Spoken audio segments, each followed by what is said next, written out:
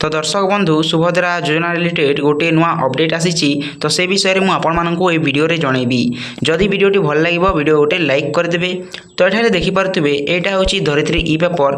तो सब डिटेल्स मुझे जनई दूसरी जहाँ भी अपडेट रही योजनार।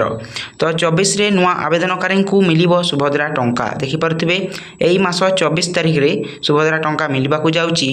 तो सुभद्रा योजना जो मैंने नुआ आवेदनकारी अच्छा से आसंता 24 रे सुभद्रा टंका मिलिबो बोली उपमुख्यमंत्री प्रभाती परिड़ा शनिवार सूचना देइछंती। राज्य रे एप्रिल 24 रे पंचायती राज दिवस पालन हेबाकु जाउची। पूर्वरु बिजू पट्टनायक जयंती मार्च 5 अवसर रे पंचायती राज दिवस पालन करा जाउथिला। हेले निकटरे राज्य सरकार मार्च 5 परिवर्ते एप्रिल 24 रे पंचायती राज दिवस पालन करबाकु जाउछंती।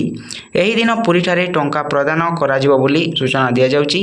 जेमिति कि लेखा आइछि देखि पारथुबे एठारे पुरी ठारे टंका प्रदान करा जिवो माने सेठारु छड़ा जिवो सारा ओडिसा रे। राज्यर प्राय 1,70,000 महिला एकाथरके 2टी किस्ती टंका एही दिन पाइबे।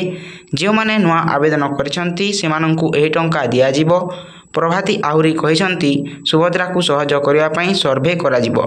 तो सर्वे मध्य हेबो बोली कहा जाउची जाकी अयोग्य हिताधिकारी पई करा जिवो। तो अयोग्य हिताधिकारी सर्वे पर 3 किस्ती दियाजिवो। तृतीय किस्ती पर जो मानक बयस 21 वर्ष हो जाइथिबो सेमानंक पई पुणी सुभद्रा पोर्टाल ओपन करा जिवो। तो देखिपारथिबे एठारे लेखा होईची जो मानक 21 वर्ष हो जिवो तृतीय किस्ती पाइला परे छड़ा गला परे माने सुभद्रा टंका दे सारला परे सेमाने मध्य आवेदन करि परिबे जो मानक 21 वर्ष पूरी जाइथिबो। तो दर्शक बंधु आजिर वीडियो रे एटा थिला आपन मानक पई छोटिया अपडेट सुभद्रा योजना रिलेटेड। आशा करछि वीडियोटी आपण मानकु भल लागिथिबो। जदि वीडियोटी भल लागिछि इनफॉर्मेटिव होईछि ताले वीडियो गोटे लाइक कर दियंतु एवं चैनल नुआ चैनल को सब्सक्राइब करी पाखर थिबा बेल आइकन को ऑल रे प्रेस कर देबे। एमिति नुआ नुआ एवं सटीक इनफॉरमेशन हमर चैनल रे सर्वप्रथम पाइबा पई पुणी देखाबा एमिति गोटे नुआ वीडियो से पर्यंत जय जगन्नाथ वंदे मातरम।